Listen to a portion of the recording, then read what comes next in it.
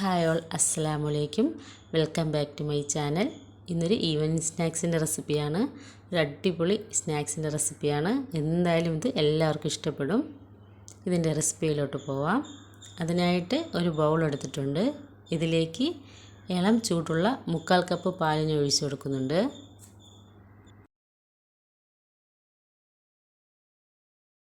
ഇനി ഇതിലേക്ക് 1/2 ടീസ്പൂൺ പഞ്ചസാര ആഡ് ചെയ്ത് കൊടുക്കാം. ഇനി ആവശ്യത്തിനുള്ള ഉപ്പ് കൂടി ചേർത്ത് കൊടുക്കാം. 1 ടീസ്പൂൺ സൺഫ്ലവർ ഓയിൽ ചേർക്കാം. ഇനി ഇതിലേക്ക് 1/2 ടീസ്പൂൺ ഈസ്റ്റും കൂടി ചേർത്ത് കൊടുക്കാം. നന്നായിട്ട് മിക്സ് ചെയ്തതിന് ശേഷം ഒരു 10 മിനിറ്റോളം മൂടി വെച്ച് മാറ്റി വയ്ക്കാം.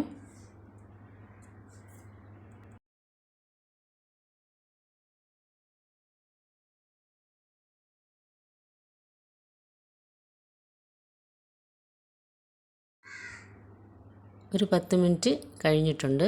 ഇനി ഇതിലേക്ക് മാവിട്ട് കൊടുത്ത് നന്നായിട്ട് ചപ്പാത്തിയുടെ പരുവത്തിനൊന്ന് കുഴച്ചെടുക്കണം. ആദ്യം 1 കപ്പ് മാവാണ് ഞാൻ ചേർത്ത് കൊടുത്തിട്ടുള്ളത്. ടോട്ടൽ 1.25 കപ്പ് മാവ് ആവശ്യം വന്നിട്ടുണ്ട്. നല്ല സോഫ്റ്റായിട്ട് ഡോ കുഴച്ചെടുക്കണം.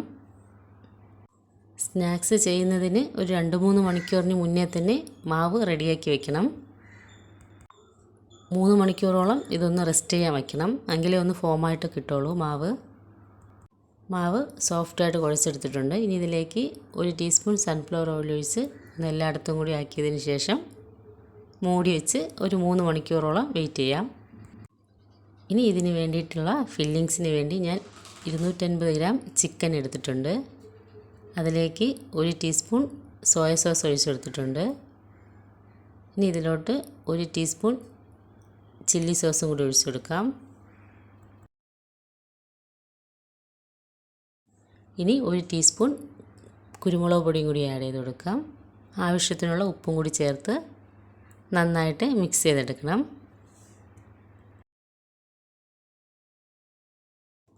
ഒരു 10 മിനിറ്റോളം റെസ്റ്റ് ചെയ്യാൻ വെച്ചതിന് ശേഷം ഇത് ഫ്രൈ ചെയ്തെടുക്കാം.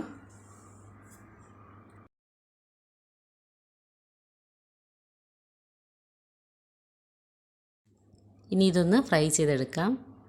ഒരു പാൻ വെച്ച് അതിലേക്ക് ആവശ്യത്തിനുള്ള ഓയിൽ ഒഴിച്ച് കൊടുക്കാം. ഇതിലേക്ക് ചിക്കനൊക്കെ ഇട്ട് കൊടുക്കാം. ഒരു മീഡിയം ഫ്ലെയിമിൽ നന്നായിട്ടൊന്ന് ഫ്രൈ ചെയ്തെടുക്കാം.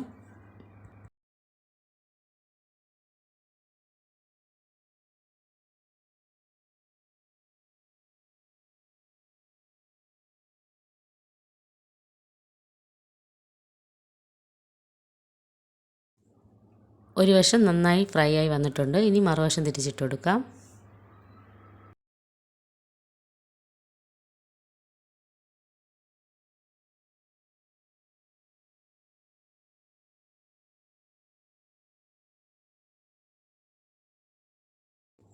രണ്ട് വശവും നന്നായി ഫ്രൈ ആയതിനു ശേഷം എണ്ണയിൽ നിന്ന് കോരി മാറ്റാം.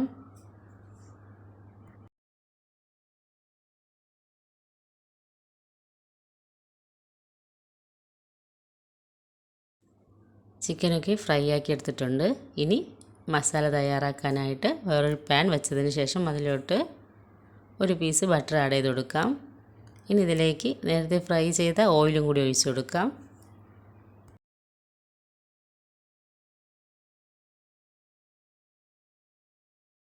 ഇനി ഇതിലേക്ക് ഞാൻ എടുത്തിട്ടുള്ള വെജിറ്റബിൾസ് ഒരു ചെറിയ സവോള, ഒരു പീസ് ക്യാബേജും ഒരു പീസ് ക്യാരറ്റും. സവോളയും ക്യാബേജും ചെറുതായിട്ട് നീളത്തിന് അരിഞ്ഞതാണ്.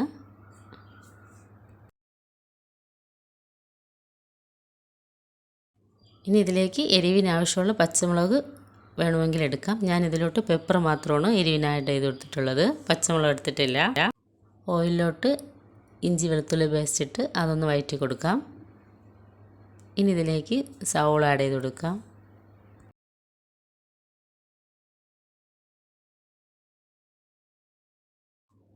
സവോള മുഴുവനായിട്ട് ആഡ് ചെയ്തതിന് ശേഷം നന്നായിട്ടൊന്ന് വഴറ്റി കൊടുക്കാം.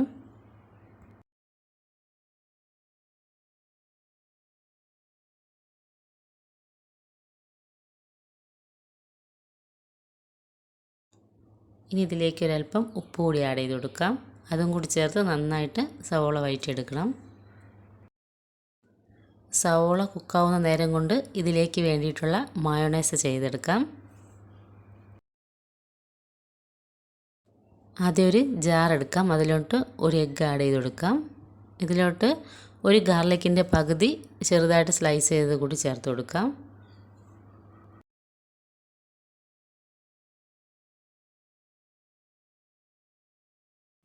ഇനി ഒരു പകുതി നാരങ്ങയുടെ ചാറും കൂടി ചേർക്കാം. ഇനി ഇതിലേക്ക് ആവശ്യത്തിനുള്ള ഉപ്പും ഒരല്പം പഞ്ചസാരയും കൂടി ചേർത്ത് നന്നായിട്ടൊന്ന് ബ്ലെൻഡ് ചെയ്തിട്ട് വരാം. ഇപ്പോഴൊന്ന് ബ്ലെൻഡാക്കി എടുത്തിട്ടുണ്ട്. ഇനി ഇതിലേക്ക് ആവശ്യത്തിനുള്ള സൺഫ്ലവർ ഓയിൽ ഒഴിച്ചു കൊടുത്ത് ഒന്ന് തിക്കാക്കി എടുക്കാം. ഓയിൽ കുറച്ച് ഒഴിച്ചു കൊടുക്കുമ്പോൾ അറിയാൻ പറ്റും എത്രത്തോളം ഓയിൽ വേണ്ടി വരുമെന്ന്. അതനുസരിച്ച് ഓയിൽ ചേർത്ത് കൊടുക്കാം. സവോള കുക്കായി വന്നതിന് ശേഷം വെജിറ്റബിൾസൊക്കെ ആഡ് ചെയ്ത് കൊടുക്കാം. വെജിറ്റബിൾസ് അധികം കുക്കാവേണ്ട ആവശ്യമില്ല, ജസ്റ്റ് ഒന്ന് വെന്ത് കിട്ടിയാൽ മതി. ഇതൊന്ന് കുക്കാവുന്ന സമയം കൊണ്ട് നേരത്തെ ഫ്രൈ ചെയ്ത് മാറ്റി വെച്ചേക്കുന്ന ചിക്കൻ ചെറിയ പീസസാക്കി കട്ടാക്കി എടുക്കാം. മിക്സിയിലിട്ട് ഒന്ന് ബ്ലെൻഡ് ചെയ്തെടുത്താലും മതിയാകും, പക്ഷേ കുറച്ചുകൂടി ടേസ്റ്റ് ഇതുപോലെ കട്ടാക്കി എടുക്കുന്നതാണ്.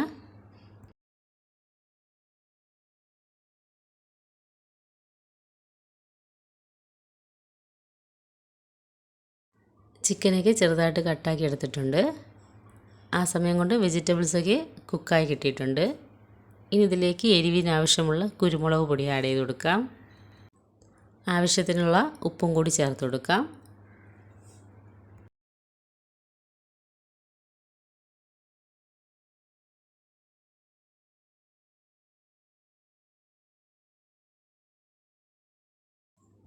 ഇതും കൂടി ചേർത്ത് നന്നായിട്ട് മിക്സാക്കി എടുക്കണം. ഇനി ഇതിലേക്ക് നേരത്തെ കട്ടാക്കി വെച്ചേക്കുന്ന ചിക്കനും കൂടി ചേർത്ത് കൊടുക്കാം. ചിക്കനും കൂടി ചേർത്തതിന് ശേഷം നന്നായിട്ട് ഒന്ന് മിക്സ് ചെയ്തെടുക്കാം. ഫില്ലിങ്സ് റെഡി ആയിട്ടുണ്ട്. ഇനി ഫ്ലെയിം ഓഫ് ചെയ്യാം. ഇതൊന്ന് തണുത്തതിന് ശേഷം ഇതിലേക്ക് നേരത്തെ ചെയ്ത് വെച്ചേക്കുന്ന മയോണൈസ് കൂടി ചേർത്ത് കൊടുക്കാം.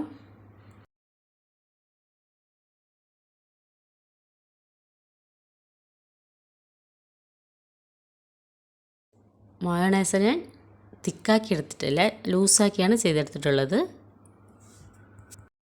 ഇതിനി മിക്സ് ചെയ്ത് തണുക്കാനായിട്ട് മാറ്റി വയ്ക്കാം.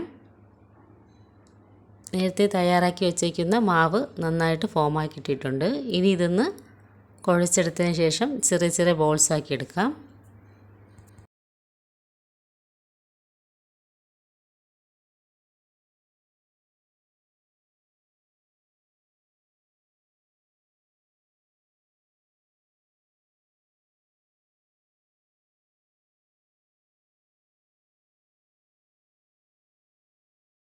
എല്ലാം ബോൾസാക്കി എടുത്തിട്ടുണ്ട്.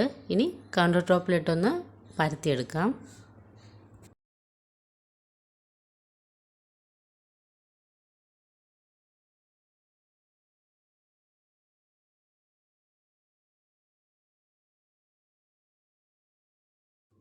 ഒരെണ്ണം പരത്തിയെടുത്തിട്ടുണ്ട്.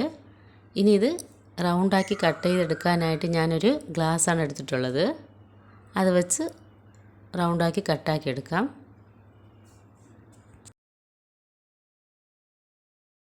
ഇനി ഇതിലോട്ട് ഫില്ലിങ്സ് വെച്ച് കൊടുക്കാം. ഫില്ലിങ്സ് വെച്ചതിന് ശേഷം ഇതുപോലെ ചെയ്തെടുക്കാം. അപ്പോൾ ഫസ്റ്റത്തത് റെഡി ആയിട്ടുണ്ട്. ഈ രീതിയിലും ചെയ്തെടുക്കാം, അല്ലെങ്കിൽ മാവ് പരത്തിയെടുത്തതിന് ശേഷം ജസ്റ്റ് ഒന്ന് കട്ടാക്കാതെ ആ കപ്പ് കൊണ്ടൊന്ന് റൗണ്ടാക്കി എടുക്കാം. ഇനി ഇതിലേക്ക് ഫില്ലിങ്സ് എല്ലായിടത്തും കൂടി വെച്ച് കൊടുക്കാം.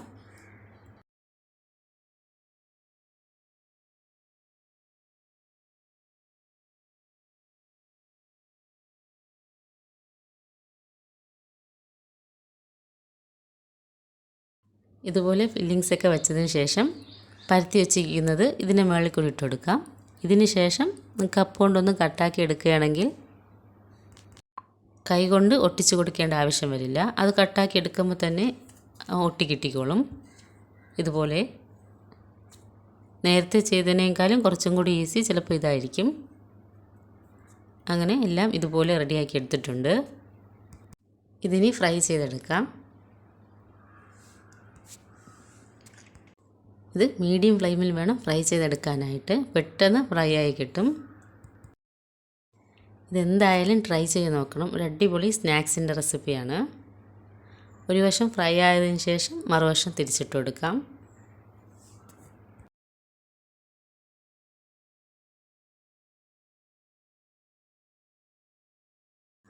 നല്ല ക്രിസ്പി ആയിട്ടുള്ള സ്നാക്സിൻ്റെ റെസിപ്പിയാണ്. ഇഫ്താറിന് തയ്യാറാക്കാൻ പറ്റുന്ന ഒരു അടിപൊളി സ്നാക്സാണ്.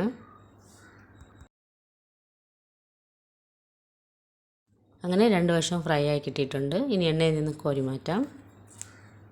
എന്തായാലും ഈ വീഡിയോ ഇഷ്ടപ്പെട്ടു എന്ന് കരുതുന്നു.